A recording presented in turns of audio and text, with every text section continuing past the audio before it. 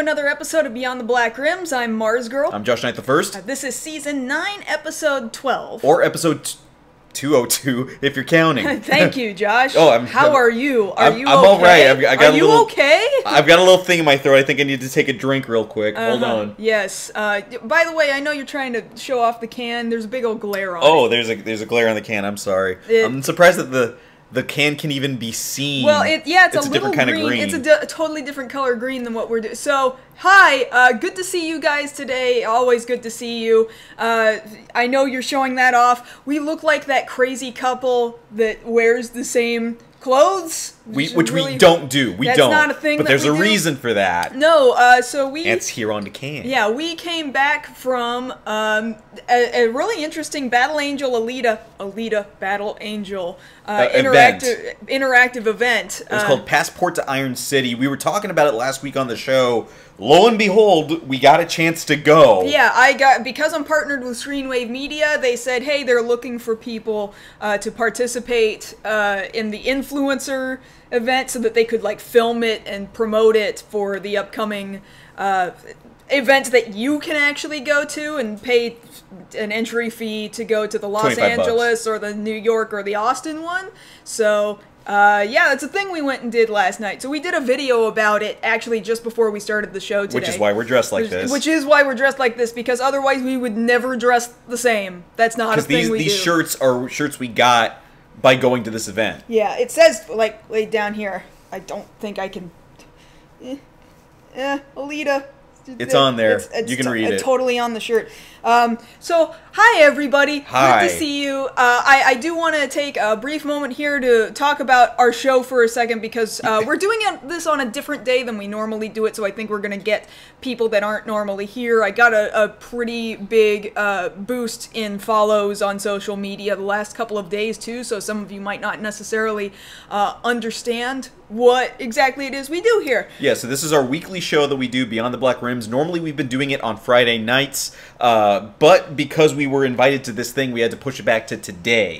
Normally what we'll do is we'll talk about 3 different topics, and then at the end, once the show is over, we'll stick around and talk to you guys for another half an hour about, you know, just anything we went over or something we might have missed. Just Q&A time. Yeah. That's going to be our time to talk to you guys, so this part, maybe occasionally we'll see something you guys say in the chat as it contributes to the news stories we're talking about, and maybe we'll make reference to your chat stuff. But for right now, we're going to talk about stuff that's been going on with us, stuff that's been going on in the news, and once we get to that Q&A time, let's definitely sit down and just have a conversation.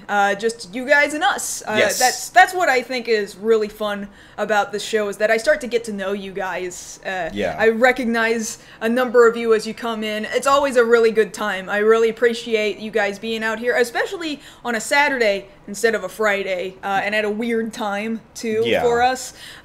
So yeah, let's have a good time. Other than this, what's been going on? We did a lot. We had a busy week. It was pretty busy this week because we did a thing we can't talk about, and that's all I can say. We'll probably be able to talk about it at some other point. Yeah, but we did a thing we can't talk about legally. Yeah. But it'll come up again. Technically, you know, I can't say anything else. I can't.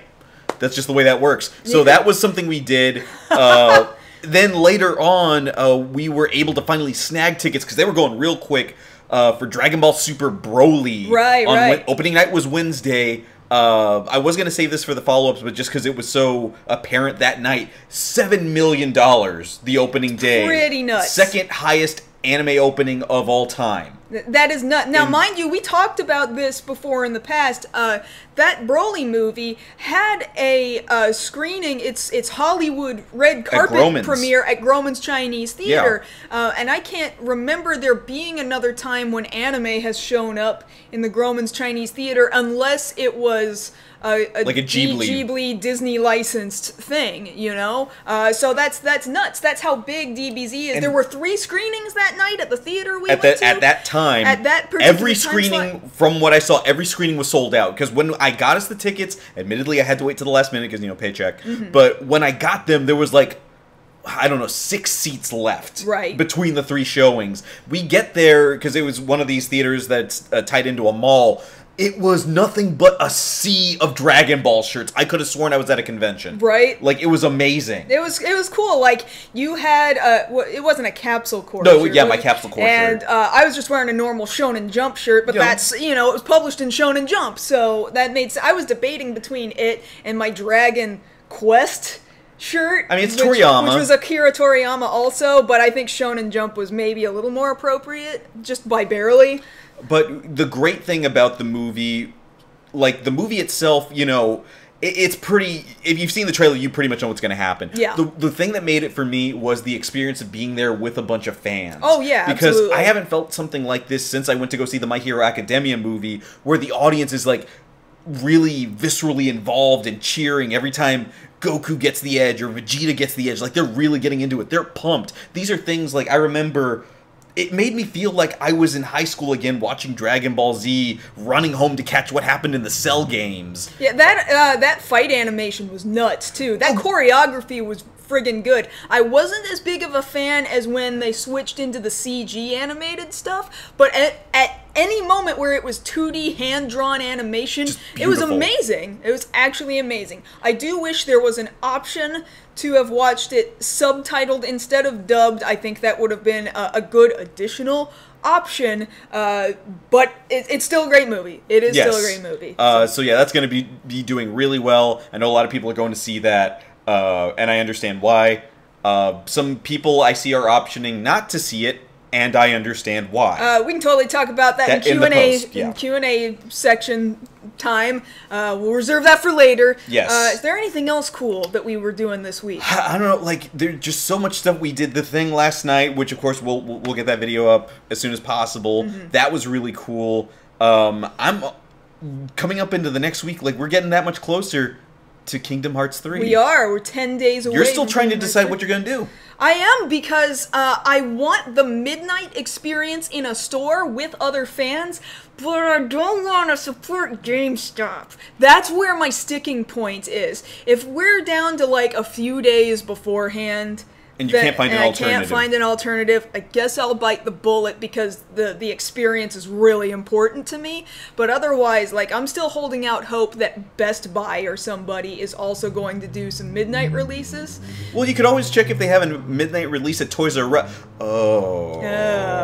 Yeah. They would have done it too. Maybe out here. Yeah, out here. Not in in other locations they might not have done it, but Los Angeles is pretty good about stuff like that. Man, like, I can't express to you guys just the number of cool things that we have done in 1 week alone. Just because we're in Los Angeles. Mind you, it's hard to live out here. It is. It's too friggin' expensive. It is. It really is. The cost of living is way too high to justify a lot of things, but the number of cool stuff that you just have access to. Yeah. Just access at all to it is amazing, and to a point for me, it is worth the fact that we moved out here, because we would have never gotten to do this Alita thing and see all the cool people and stuff. We could have gone to the Austin one, maybe. We might have been able to do the Austin one. But that's just pure luck, because Robert Rodriguez is based out of Austin. That's very true. So, you got that going for you. But otherwise, you got that coming up. Some of the things coming up this week I'll cover in the follow-ups. Okay, great. But before that, we need to talk about our stories. We do need to talk about our stories. Which movie was the one we were going to be talking about first? Because we got a couple of movies that we want to talk about. First off, who you going to call again? Ghostbusters getting rebooted, and this time they mean business? I hope. I really hope. There's some Ghostbuster stuff happening, and there's quite a bit of buzz about it. It does sound kind of exciting, kind of hopeful. But at the same time, understandably, a lot of Ghostbusters fans are gun-shy. Nervous, yeah, a little bit nervous after the last thing went down. So we're going to be talking about exactly what it is we've heard and what we're looking forward to, what our hopes are, what our concerns are.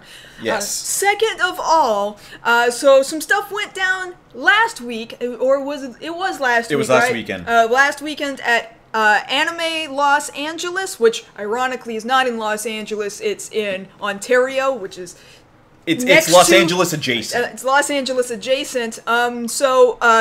a stalker lights somebody's car on fire when they're not there and burns 7 cars in the process, and thankfully gets arrested for it. We need to discuss this because this is a problem. This is a problem, and other stuff like it is also a problem because a lot of other industries have already gone through their discussions about safety and making sure that people are safe, and now anime and other convention sort of industries need to be having this conversation, so that's the conversation we're going to be having. And then the last story, of course, we've been waiting for this. Apparently it should have come out last year, but we finally got it. Our first look at Spider-Man Far From Home. We're going to talk to you guys about the look of it, where it takes place in the timeline, talk about Mysterio, and all the things tying into that. Very much looking forward to talking about that. Very excited, yeah. Before that, we do have a section that we like to call the follow-ups, mostly for stories that we have already talked about, thus we're following up on them, but also other little news and tidbits that we've picked up along the way that weren't really big enough to expand into a full story. Yeah, so let's go ahead and get into it. First thing we'll go ahead and start off with is our DC news. So of course we've been keeping you guys updated on the progress of Ruby Rose as Batwoman over on the CW, so now we have confirmation that starting in March, that's when they will go ahead and film her pilot. Cool. So very much looking forward to that. Just how much of Batman's Rogues Gallery is going to be involved in there. We do already have that interesting plot tidbit that Batman has been missing in that universe. So eventually at some point, I imagine they're going to have to cast Bruce Wayne. Right, of course. So hopefully we're going to get to see some more of that as she develops there on the show. Here's hoping, yeah. Now, as far as Arrow is concerned, we're already getting to episode 150, which is kind of a milestone. Really? That many? That many. So what they're going to do to celebrate the 150th episode is that they're doing a mockumentary about the Hood, you know, the first name that the Green Arrow went by there in Star City, and the rise of vigilantism there in the show. Funny enough, the episode, the whole thing will be narrated by Kelsey Grammer, who fans would know being Beast back in one of the previous X-Men movies. That also was not that great. Fraser Crane. Also, of course, Fraser Crane. It will start out, "Hello, Star City. I'm listening."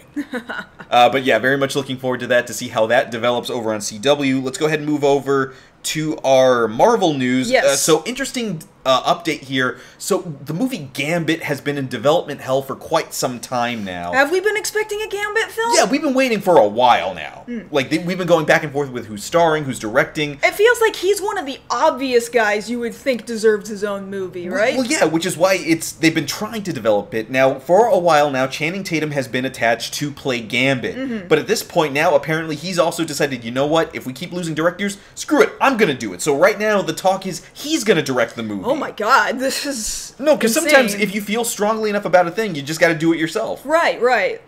So maybe that's how we finally get Gambit. That would be nice. That might if somebody could do it, fine. Let it be Channing Tatum. Whatever. Okay, and then moving over to, of course, we're looking ahead already to the sequel for Spider-Man Into the Spider-Verse. What they're talking about now is for the sequel, there's going to be a time jump.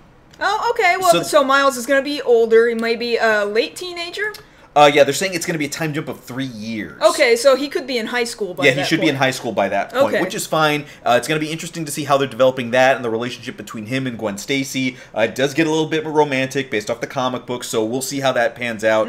Definitely, of course, very much looking forward to the other thing that's attached to that, which is the promise by Phil Lord that if they hit 200 million, we get Japanese Spider-Man. We're closing in on that. We're at 147 million. Ooh. So we still got 53 million to go, and it's running out of time. Yeah, when is it supposed to leave theaters? I don't know. So long as people are seeing it, I don't know. But maybe if they see enough people, they got some sort of boost. Really, I don't know if it's so much that realistically, are they going to get to 200 million when you ask a month late? I don't know. But if they at least see, well, people did show up, so I imagine it's a possibility. I hope so. Hopefully, I really do. They'll have a bit of leniency on that and be like, all right, we'll give them to you anyway. I hope so. Bring us Leopardon. Thank you very much, Orca, for that sub. Super appreciate it.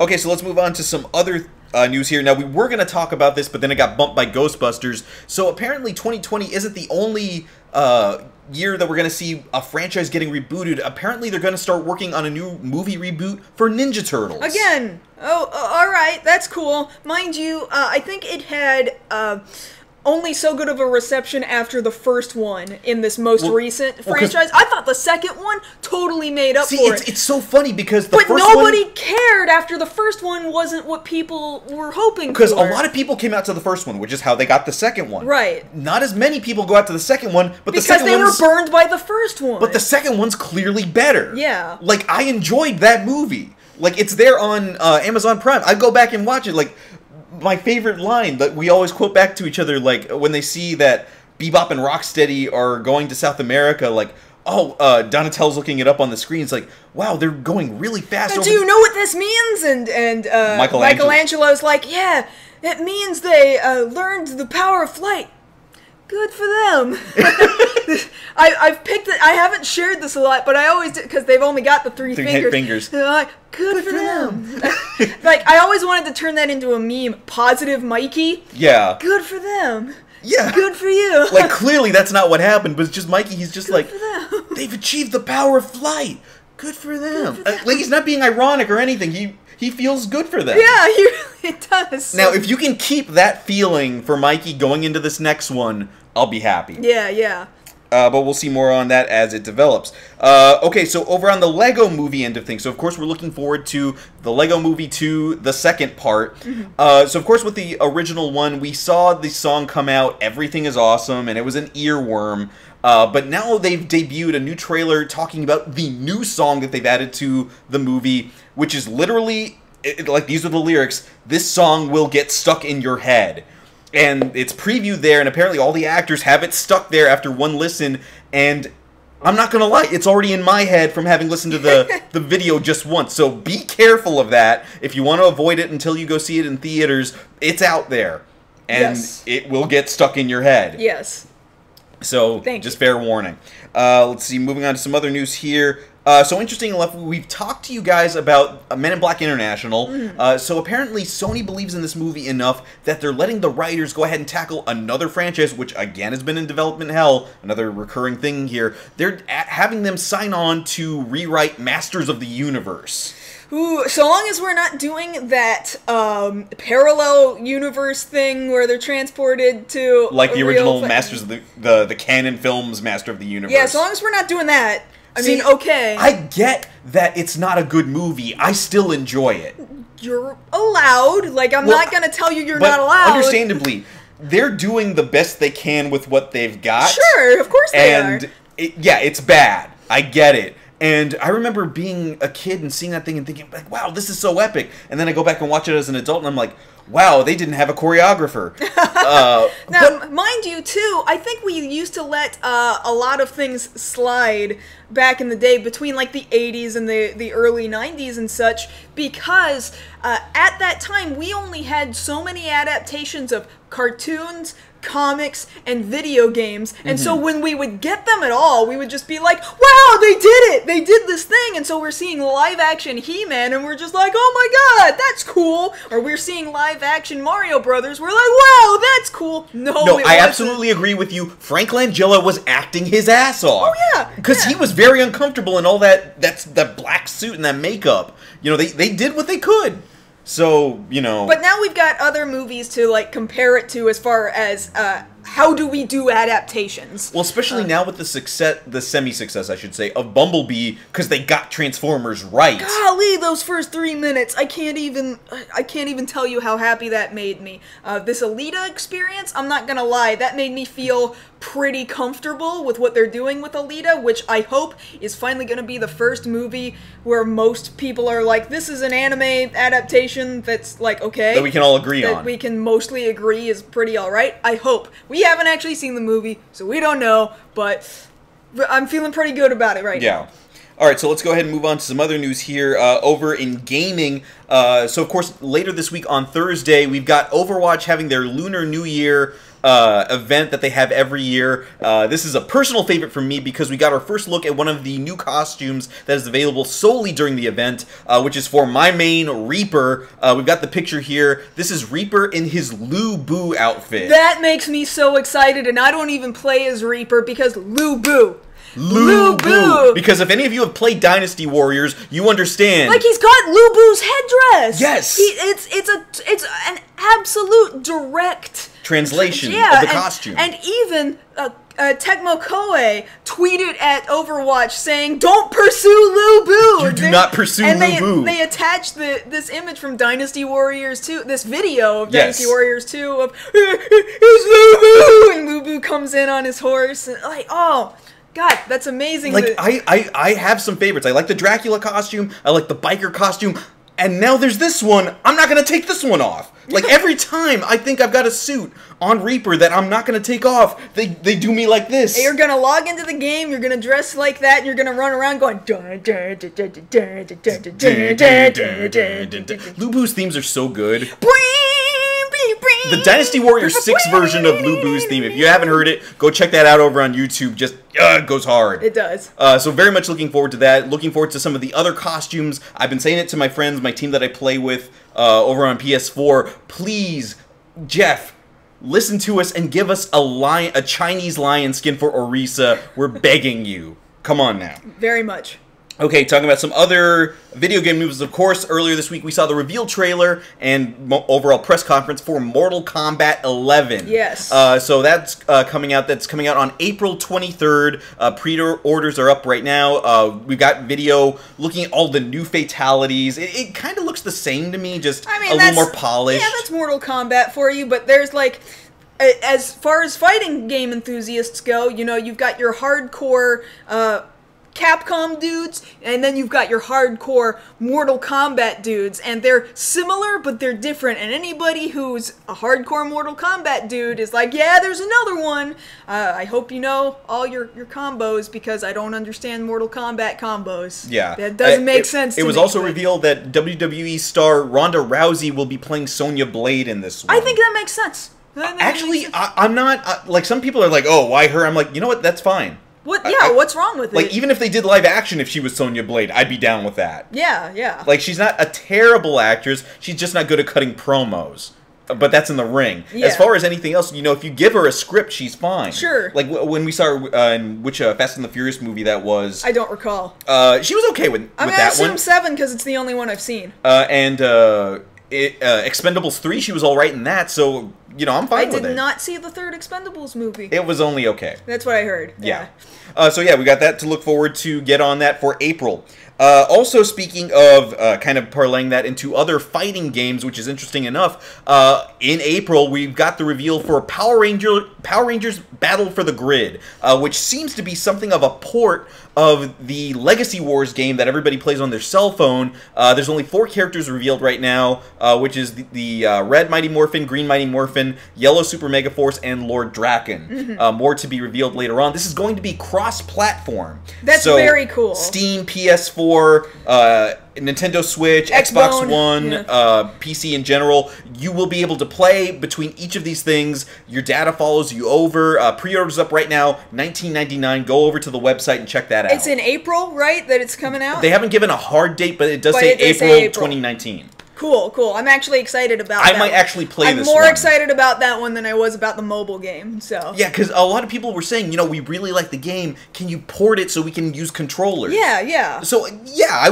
I am more inclined to play this, because people seem to really enjoy the Legacy Wars game. Like, people hold tournaments over it. So maybe this is the thing. And yes, there was the commercial featuring Jason David Frank, because, of course...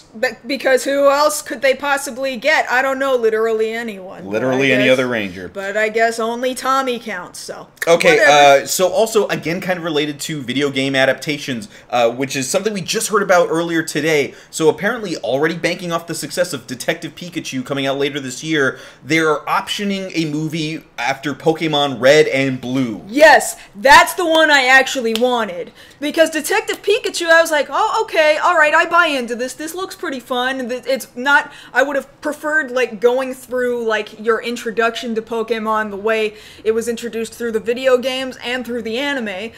But now here it is! Great! If they needed to use Detective Pikachu as their entry point, then fine. Because cool. I imagine the way it should work is, like, if they figure, look, if we can sell Detective Pikachu to people, then they're more than willing to buy just a straight-up adaptation. Also, I feel like Detective Pikachu was recent enough that it's recent enough in people's memories that maybe it was the obvious choice at the time. Thank you very much, Flame Wheel 2001 for that follow. Really appreciate it. So maybe Detective Pikachu was the obvious choice for a movie right now because it's so relatively recent. And then maybe going back to Red and Blue is the obvious next step after that. Good, yes. Fine with me. Absolutely fine with me. Okay, so moving on to some other interesting, kind of related anime news. So we've got this picture here of the formerly up Odaiba Gundam, which you can see there in Japan. So apparently this news story is just coming out about the construction of the Gundam. Apparently 2 employees who worked for Bandai during the construction overcharged for its construction and then pocketed the rest of the money. No! To the tune of about 10 million yen. Which is about 91,000 over here, which is not, it's not pocket change. No, that's a sizable amount. They walked away and bought 3 cars, is what they did. Something like that. One of them has admitted to it, the other one is keeping silent. Oh my god. But, mind you, that is not the Gundam that is on Odaiba anymore. No, currently it's Gundam Unicorn right now. But yeah, apparently in the construction of that Gundam, there was some missing cash. Oh my god. That's nuts. That's crazy. I mean, if you get the chance to go out there, definitely go out there and pay homage to the Gundam, because it's a friggin' amazing feat that they built that thing. Also, you're going to be paying homage to the other one that hopefully nobody pocketed cash over. Hopefully. So I imagine somebody's going to have to look into that, like, how much did we pay on the lights? What did they do with this one? What did they do with this one that's not there anymore? They deconstructed it, and I imagine it's in a warehouse somewhere. God, what a crime. It is a crime. Just make a whole stack, like one Gundam next to the other, and then eventually... God, that would be amazing. Just have all the Gundams next to each other, and like, let me live my anime dreams. Sure. Walking between their legs and being kind of weirded out, but kind of okay with it. Because that's what they do. Like, they've got the opening at like 9 a.m. or whatever time it was, and they're like, now walk under his crotch and look up. There's this line. And there's a line to walk under the crotch of the Gundam. RX-78, you never looked so good. I've never wanted to look at a Gundam's junk before, but I mean, you know, there was a line. If you're gonna put a line there for it at 9 a.m., okay. And there was like 20 people deep at 9 a.m. waiting. So yeah, there's that. And then the last bit of news here, again talking about anime, is going into Netflix's Ultraman adaptation, which is coming up really quickly here. We have our first look at the 7 suit for the anime, which of course is an adaptation of Ultra 7 there in the anime. The character's name is still Dan Motoboshi, but he's not the Dan Motoboshi you might know from Ultra 7. For one, he's not of this earth. A lot of that gets revealed later on, but he's a lot more cold, he's a lot more harsh, very critical of Shinjiro, the new Ultraman here in this series, and very straight to the point. He doesn't have the same weapons, but he does have a sword that he likes to use in battle against the kaiju. Cool. So we've got that to look forward to. That is going to debut in April on Netflix, so be sure to check that out. Excited for that one. But that's all our follow-ups. Let's go ahead and get started with our first story with this new iteration of Ghostbusters. So this video that we've got playing here, it's not going to show a lot. We're going to see like this empty barn, and the only thing in that barn is the Ecto-1. Yes. Kind of lighting up. You do hear the classic original composition. The spooky music. Spooky Ghostbusters soundtrack used in the '84 You hear the sound of the proton pack powering up. Yeah. And so it's supposed to evoke a very nostalgic feeling, is what this does. This tells us absolutely nothing. It just makes you feel like this feels like Ghostbusters. Now see, the thing about this is, it's coming out summer 2020. We found out about this the day before. Yeah. So we're finding out very quickly. They're fast-tracking this thing. Didn't you tell me they're doing 2 Ghostbusters things? Well, no, Dan Aykroyd, who of course has been involved, you know, one of the original actors, writers on it, says that there's always multiple Ghostbusters things in the works, and this is the one that's coming out. He's always trying to. He has been saying that his entire life. There's always something Ghostbusters happening in his head. Well, there's a Ghostbusters, see, this is the thing, there's a Ghostbusters fan fest that happens out here, and I think it's happening in April. Everything's happening in April. I don't know what's up with that. I feel really excited about that. But now it's like, you know, I was interested in going because, yeah, like anybody else, I like Ghostbusters. But now it's like... Is it in any way officially sanctioned? Would that be a place that they would drop information? Maybe, because he's there advertising for it. Like for the fan fest. Yes. Oh my god. So maybe, you know, if you were already thinking about going, now it might be even more of a reason to check it out. So the director for this is going to be Jason Reitman, who famously is the son of Ivan Reitman, who directed the original two. Okay, I mean, so there's some legacy there. There is some legacy there. Now, this is never going to be the Ghostbusters 3 that everybody wanted. Well, no. If they were going to do that, they would have had to have done that more than 5 years ago. Before Harold Ramis passed. Before Harold Ramis passed away, you know. So, like, or maybe he even passed away more than 5 years ago at this point. I don't It was about 5 years ago, thereabouts. It's too late to get the 3 that everybody wanted. Mind you... The Ghostbusters game is what everybody... For the PS3, everybody, and even they have said, no, the third movie is the video game. Like, we gave you the third movie, and for my money, it is. It is. Because they had the full cast. It's very good, too. If you're just looking at it from a narrative point of view, forget the gameplay, just watch it. It's the movie. It's a movie. It's a movie. So then you get 2016 Ghostbusters, which I wish it was good. Me speaking as a woman, I know this is like a really big sticking point because people are like, people just don't like women. I like a number of those actresses. Oh yeah, absolutely. I actually really do like, now, mind you, Kate McKinnon, I feel like constantly is the same character in like all of her SNL skits. Yeah. And stuff. Mind you, she was my favorite character in the movie. It had every reason not to fail, I think. And yet, it was the script. I blame the script. It really was just the script, because that, at the heart, it did a number of the things the first two Ghostbusters movies did. It pulled from SNL alumni. Right. It hit basically the development points of this is how they become the Ghostbusters. It just didn't stick the landing. I feel like it just didn't stick the landing, and that's a real shame, because maybe if they made a second one in that series, maybe a second one could have been better. I want a full female team of Ghostbusters. Well, and we have one, and I think they could have been improved. I think it could have worked. It just didn't. Yeah.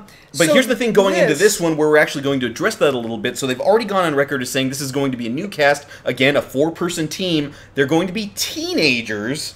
And it's 2 boys and 2 girls. So, the 2 boys and 2 girls, I'm totally down with. Yeah, that's fine. I don't know how I feel about them being teenagers. We'll see how that works out. Because the first thing I think when you say they're teenagers is, okay, are they related to the original team? Yeah. Yeah. Like, because we talked about this before, you know, just spitballing when we were talking about 2016 Ghostbusters, when we didn't know whether or not it was attached. By this point, if there is a straight-up attachment, did Dana's kid eventually become a Ghostbuster? Sure. Like that, like I remember we wrote out that, because I keep going back to this, that fan idea of a movie we came up with on the road. I forget which con we were going to. We were going down to the one in Laredo to go and meet David Yost. David Yost. Yeah, and we came up with a treatment ourselves for a follow-up, and it sounded amazing between us. Yeah. You know, really heavily relying on Oscar as your jumping off point.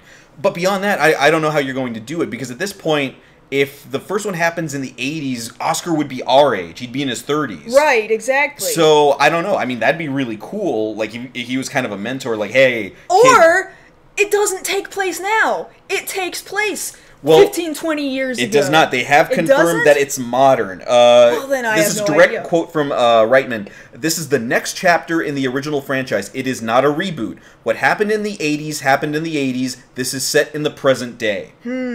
So okay, it's so modern. that's not it. So it's not Oscar. It can't be. Unless he's... Well, they do a follow to that. We have a lot of wonderful surprises and new characters for the audience to meet. It will be a passing of the torch both inside and out. Now, passing of the torch means you need a tie back to the original. It also means you need at least one original Ghostbuster. I can almost guarantee... who do they keep? What's the actor's actual name? They keep getting him at cons. Ernie Hudson. They keep getting Ernie Hudson. I think Ernie Hudson is more than willing. He's probably a lock.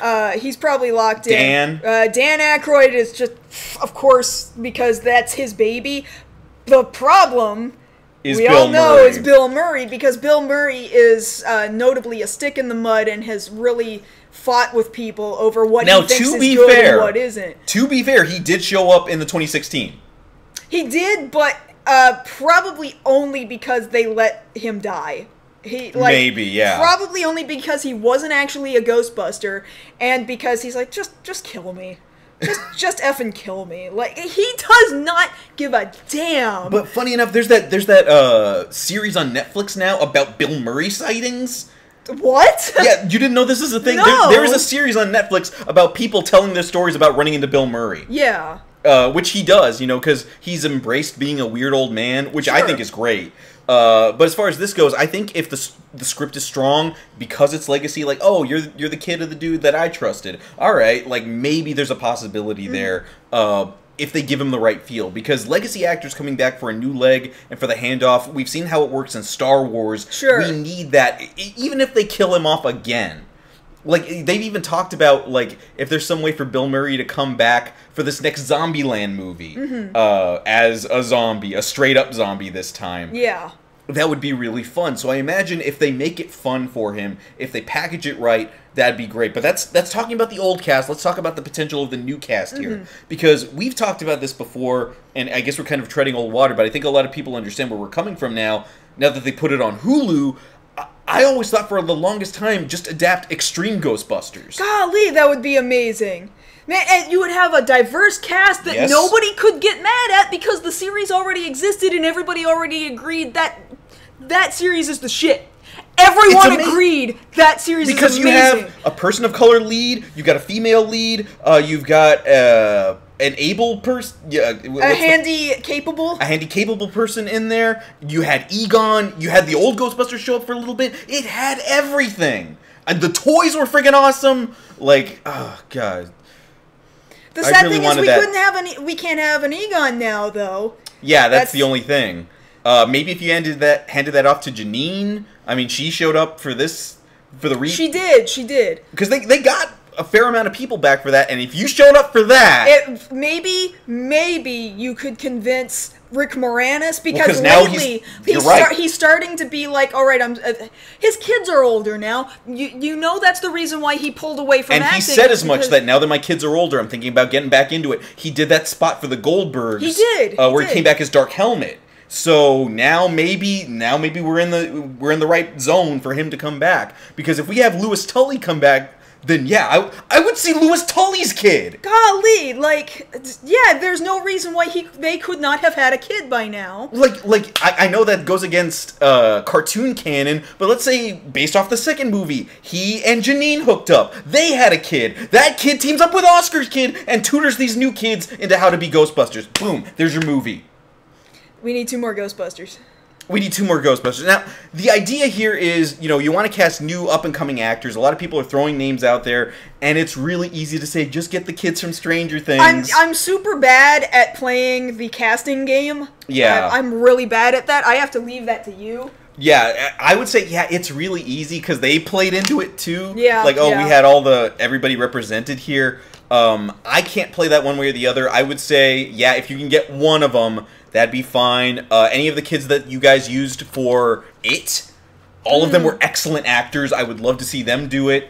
Beyond that, I can't name a specific one right now off the top of my head, because there's a lot of good choices. Sure. And it depends, how teenager are they? Are they like, I'm just 13, or I'm the higher end, like I'm leaving high school and college, I'm looking for a job sort of thing. Yeah. Like, you can still make that work. I would probably prefer that. But what year did Ghostbusters 2 come out? Was it 86? Or was it 87? No. Because 84 was the original one. Was it 84 or 82? No, it was 84.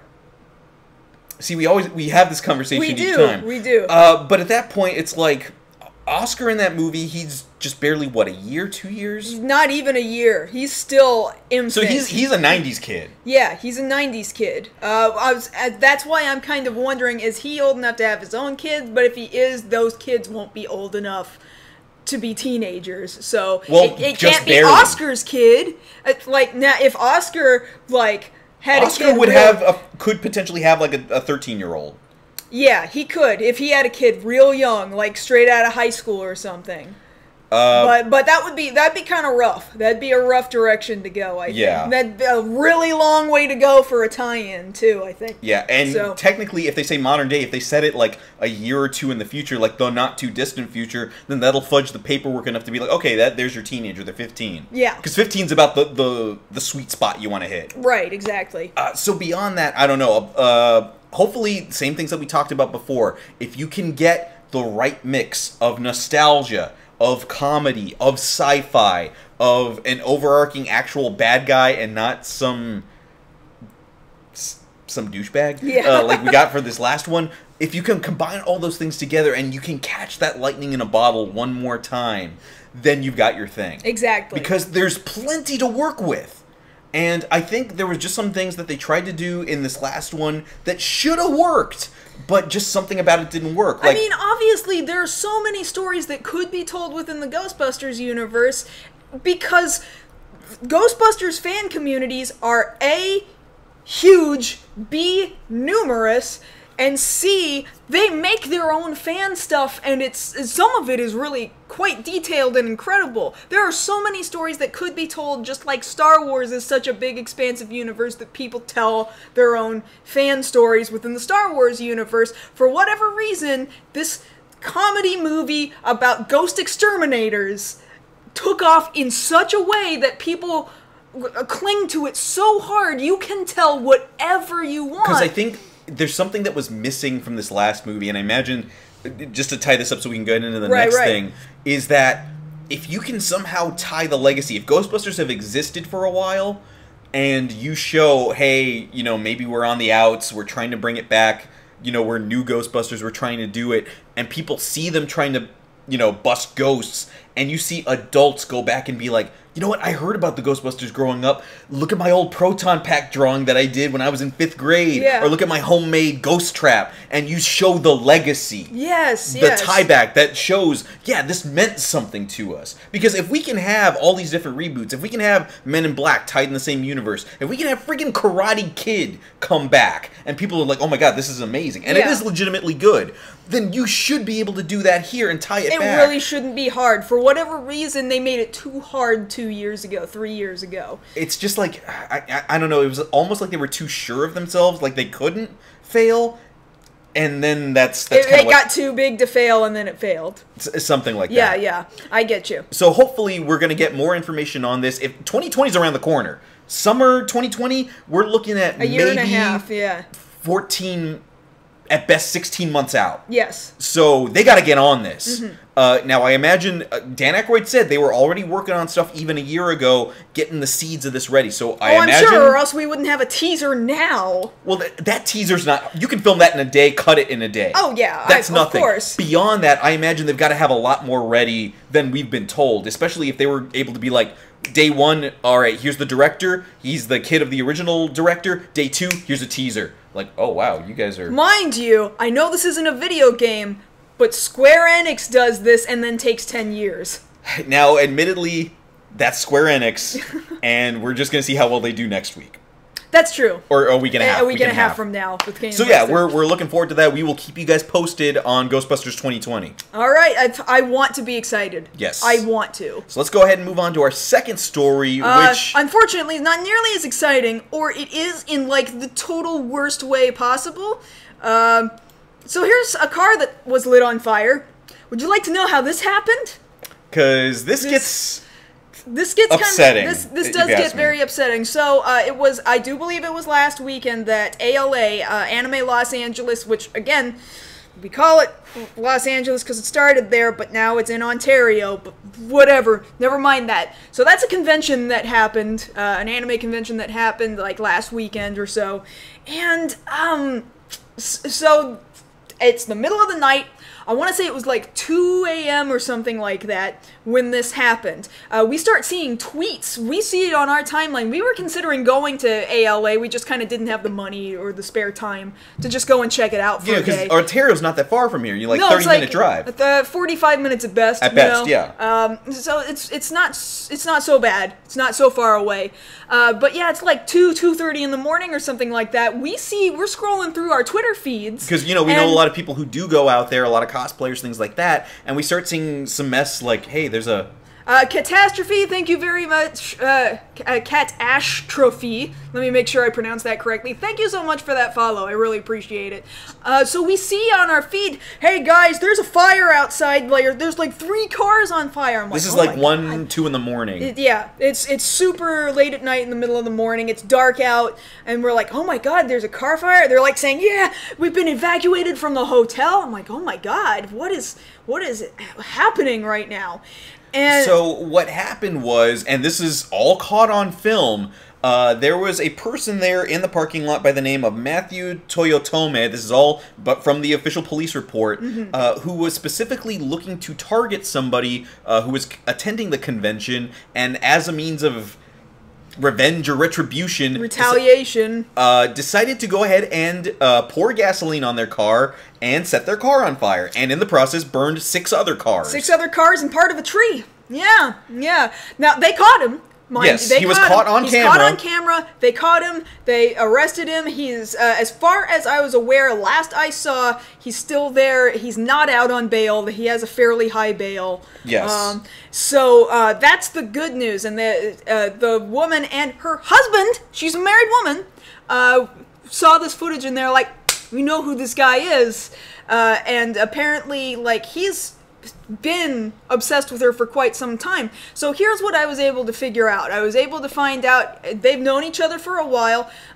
They're within the Power Rangers tokusatsu community. Cosplay fan community. Cosplay community. They've all worked together on Power Rangers fan videos before in the past, like a year, 2 years ago, somewhere thereabouts. So they knew each other directly. This is the thing when it comes to people who are targeted by abusers or whatever. Usually it's somebody you know. Somebody pretty close to you. Usually it's not a stranger. Usually it's somebody pretty close to you. I was able to find some comments on some photos that he had of himself and the girl that he was targeting, and people are saying, hey, you've been kind of obsessed with her for a while, you need to cool it. This was several months ago, so apparently this has been going on for a while.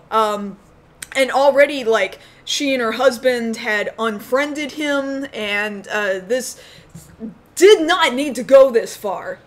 This is somebody that needed to kind of take a step back and be like, okay, I've lost these people as friends. Just cut your losses. Cut your losses. This is a thing that, while this is the most extreme case that I've seen in a very long time.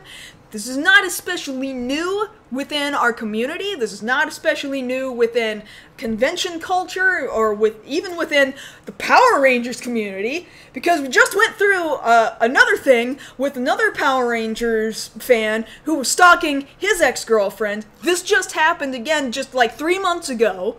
This is not new. Well, 4 months ago at this point. Maybe 4 months ago. This is not new. This is very common.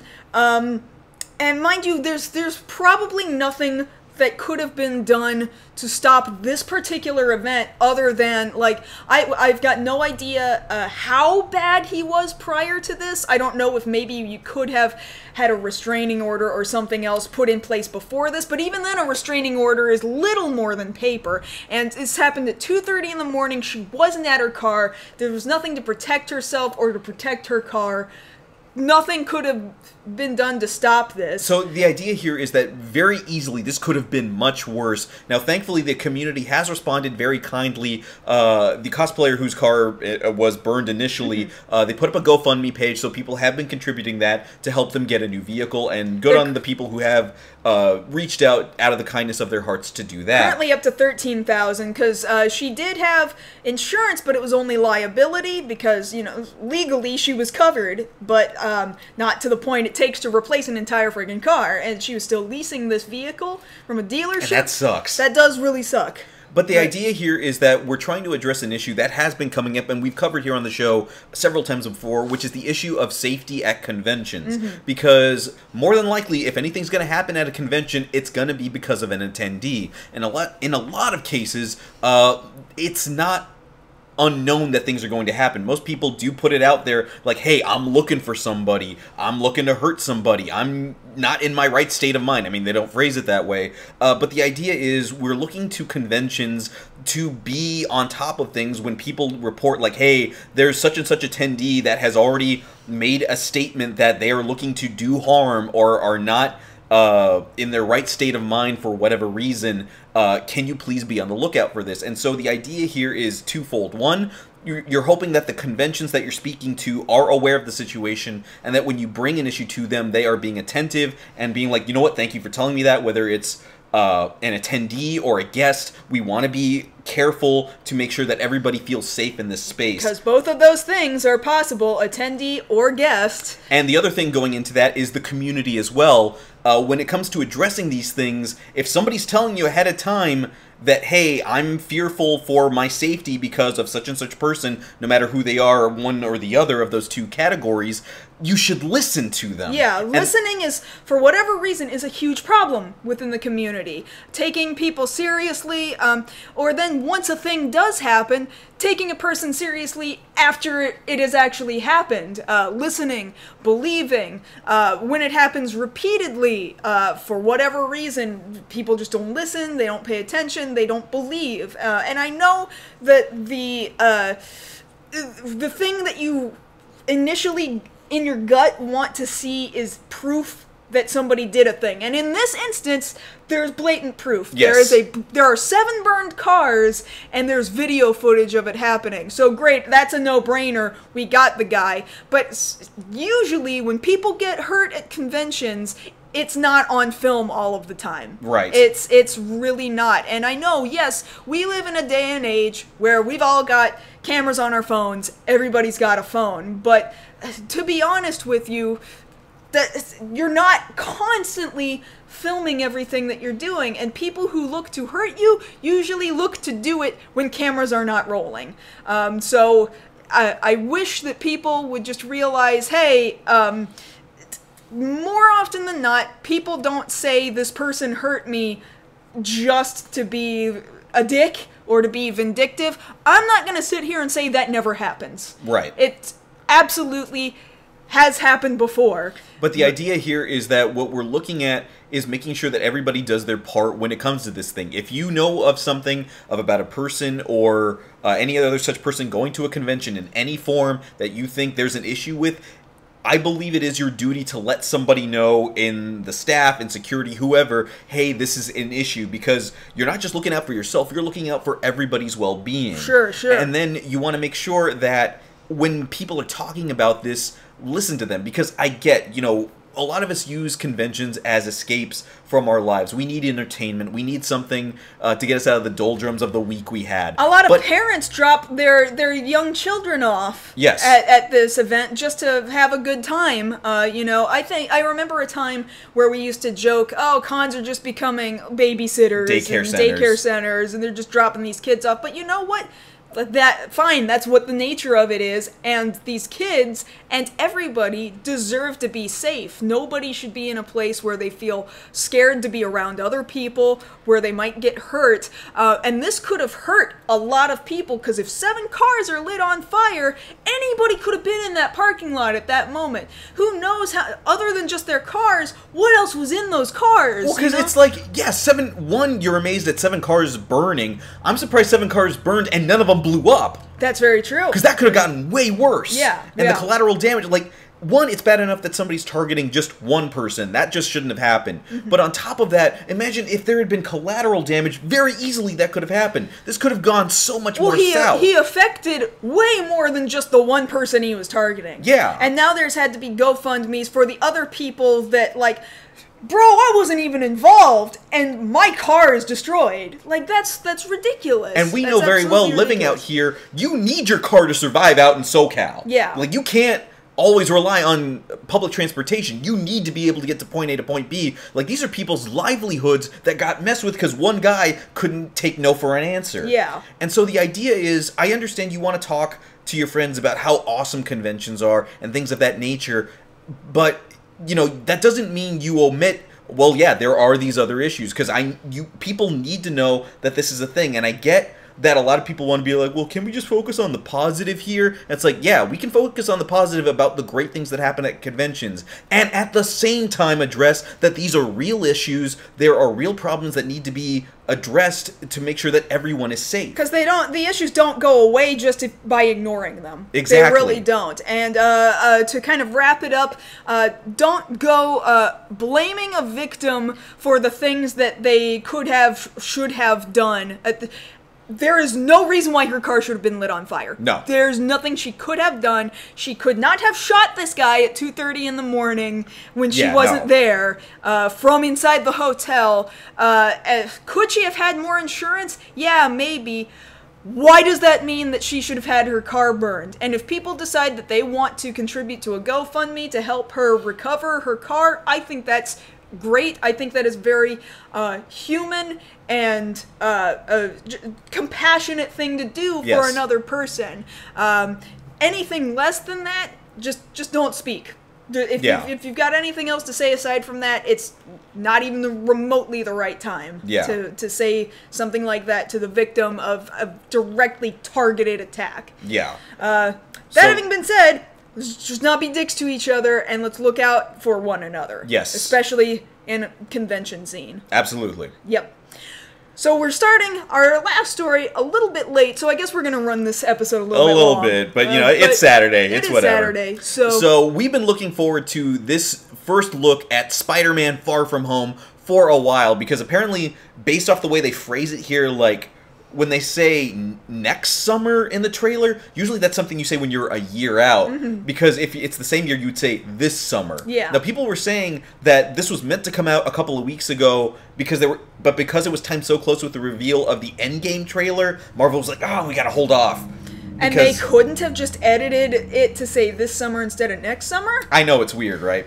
But no, we've got our first look at the movie, which of course takes place after Endgame. They have confirmed it. This starts minutes after Endgame ends. So what we're seeing here is Peter Parker, again played by Tom Holland, doing an amazing job, going on vacation with his class over to Europe. Some people calling it Spidey's European vacation. Yeah.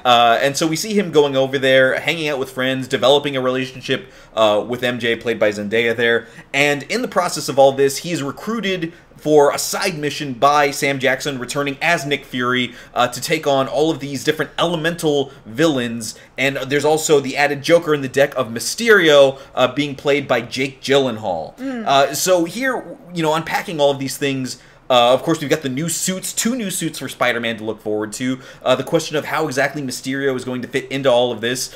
We both saw him with and without the fishbowl, that a lot of people are very happy to see here included in the movie. But overall, looking at this, I'm just as excited for this as it was for Homecoming. Yeah, easily. This looks, it looks fun, it looks exciting, and so, the fishbowl was like, oh my god. Like, did you see Kevin Smith's reaction? No. No, like, he's a huge Mysterio fanboy. Like, he just loves comics, period. Sure. But, you know, just seeing him, you know, curse, like, the fishbowl, yeah, bubblehead! Like, seeing that kind of joy, like, I understand that, because people were waiting, like, where's the fishbowl? Because we had already seen set pics of Gyllenhaal in costume, not anything that's clear, mind you. But the idea here is that, you know, based off the comic books, he's a character named Quentin Beck. In the comic books, he's a stuntman turned special effects guru who uses his powers to purport himself to be some kind of hero. That's a super cool power. That's a super cool, like, gimmick to being a hero, if you ask me. And then eventually we find out he's a villain. Now, the idea here is, the first inkling that I got, as soon as he, you know, gets that energy coming out of his hands, I'm like, it's fake. Something about it tells me it's fake. Not that I'm relying on my comic knowledge, just something about it doesn't look right, and I can't put my finger on what. Okay. Because the thing about it is, and some people were talking about this online, is that if you don't know the character of Mysterio, you're going to buy that he's magic.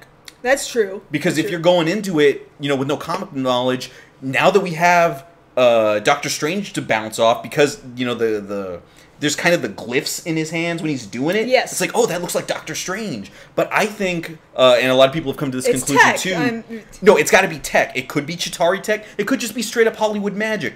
But I think, and they even say as much there, well, he's like Iron Man and Thor wrapped into one. I believe, watching the other Marvel heroes exist, that Quentin Beck based his powers on those things like, all right, if I want to make myself into a hero, who do I got to look like? Well, I like the cape from Thor, I'm going to keep that, but I like the chest from Iron Man, so I'm going to keep that too. Yeah. And then there's this magic guy in New York. How do his powers look? Or even Scarlet Witch. Sure. It looks like that. All right, so I got to kind of make it look like this, make it a little smoky, boom. That makes perfect sense. So, in that way, it's totally buyable now that Quentin Beck exists in this universe. Yes.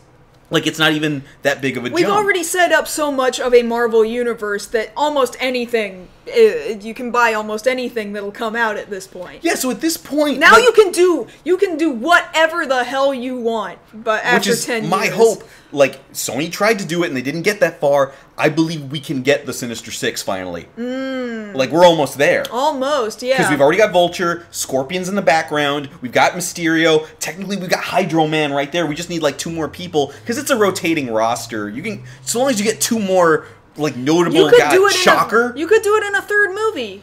Easily. You just bring the last couple of dudes in at that point and have them all, by the end of that 3rd movie, they're all there. Yeah. That would be really, really easy. And the thing about it is, like, we've been waiting so long for a Sinister Six movie, and it's not going to feel ham-fisted. No, like, no. It's not Amazing Spider-Man 2 where you see whoever that guy was walking through and there's just, oh, here they are. We'll fill them in later. No, like, we would get it and it would feel organic. Sure. Unlike the web shooters.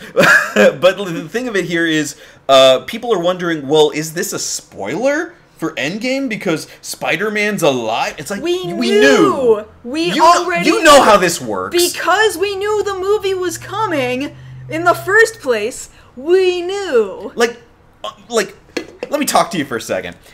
We just got we got Far From Home, but we had Homecoming.